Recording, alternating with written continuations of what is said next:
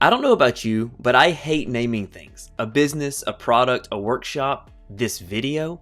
Taking something from idea to real product is a blast, but naming it is brutal. So when I had to create a name for a new coaching program, I was lost. Role clarity needed to be in the name, but I needed something else. Another word. Whiteboards, Google, any random stranger willing to listen, still nothing. Then inspiration struck. Revolution. Role clarity revolution. That was it. Which was a relief for approximately 3 seconds until a bigger question hit. Is role clarity revolutionary? Not as an idea or concept, but in reality. Is it revolutionary for everyone on a team to understand the key roles that they play, their responsibilities and the ownership that they need to take, and how that plays out and impacts their team and the organization? Could you take me and show me 5 teams where this is happening today? In a world where everyone is fighting for talent, leaders and teams that could solve this problem could have an incredible advantage. A code for getting the right people, keeping them, and creating a culture that maximizes every person. So what would need to change? Well, first we have to understand why the solution that we were all told will create role clarity isn't working.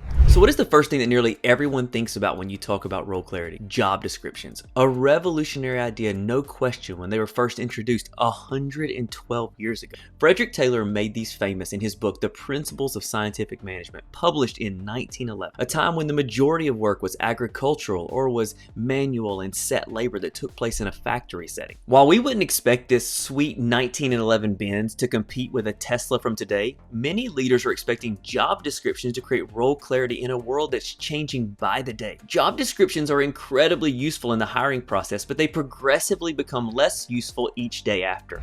Think about it. How would you describe a job description's quality? The more detailed and creative it is, the more impressed we are. Therein lies our problem. What makes a job description great for the hiring process is what keeps it from being beneficial 3, 6, or 24 months in the future. The clarity people need in deciding to take a job is very different than the clarity that they need to thrive in that job. For the leaders I serve in schools, churches, and small businesses, they don't have big HR departments or managers to endlessly update job descriptions. Most never touch them again after the interview unless it's to use them as a weapon. That's a topic for another video. The end goal isn't the beautiful description of a job, it's clarity. An agreement between 2 humans that gives each exactly what they need to succeed and enjoy their work. We have the clarity giver, the boss, the owner, the team leader, who needs someone to help them carry the load. They need to hand off ownership and responsibility so there can be growth or increased excellence, maybe just a chance to get some sleep or to actually spend time with their family and friends.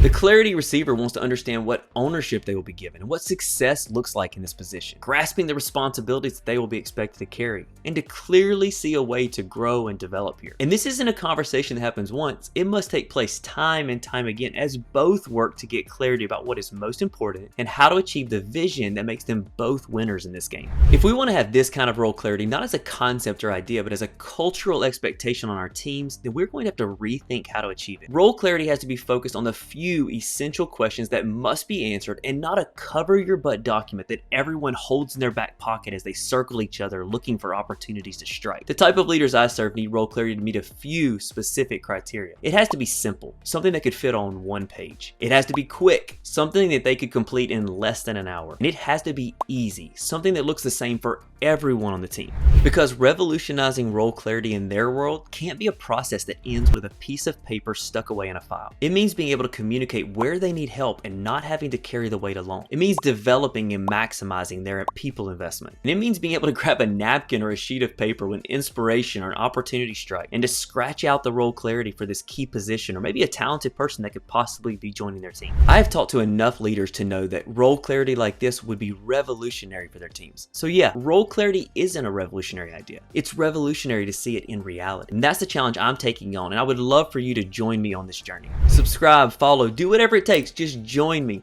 Check out the links in the description to learn more about how you can revolutionize the way you build a stronger team with role clarity.